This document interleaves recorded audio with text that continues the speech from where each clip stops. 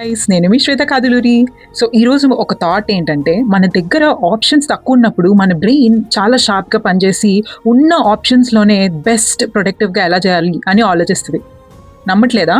Example చెప్పిన, ఇద్దరు పిల్లలు ఉన్నారు. ఒక బాబుకి చాలా మనీ ఉంది. సో ఎండాకాలంలో ఏసీ వేసుకోవడానికి ఆలోచించాల్సిన అవసరమే లేదు.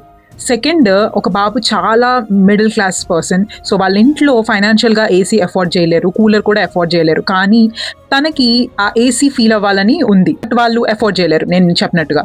సో ఇక్కడ ఆప్షన్స్ తక్కువ ఎవరికి ఉన్నాయి? ఫస్ట్ కేస్కా సెకండ్ కేస్కా? ఆబ్వియస్లీ మిడిల్ క్లాస్ అబ్బాయికి కదా.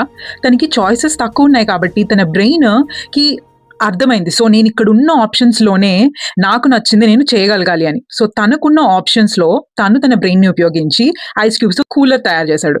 సో మన దగ్గర ఆప్షన్స్ లేవని మనం బాధపడక్కర్లేదు. మన దగ్గర ఉన్న దాంతోనే ఎలా మనం గెలవాలి, ఎలా పైకి వెళ్ళాలి అని ఆలోచిస్తే మన బ్రెయిన్ దానంతట అదే మనకి ఆ ఆపర్చునిటీస్ని కలుగజేస్తుంది.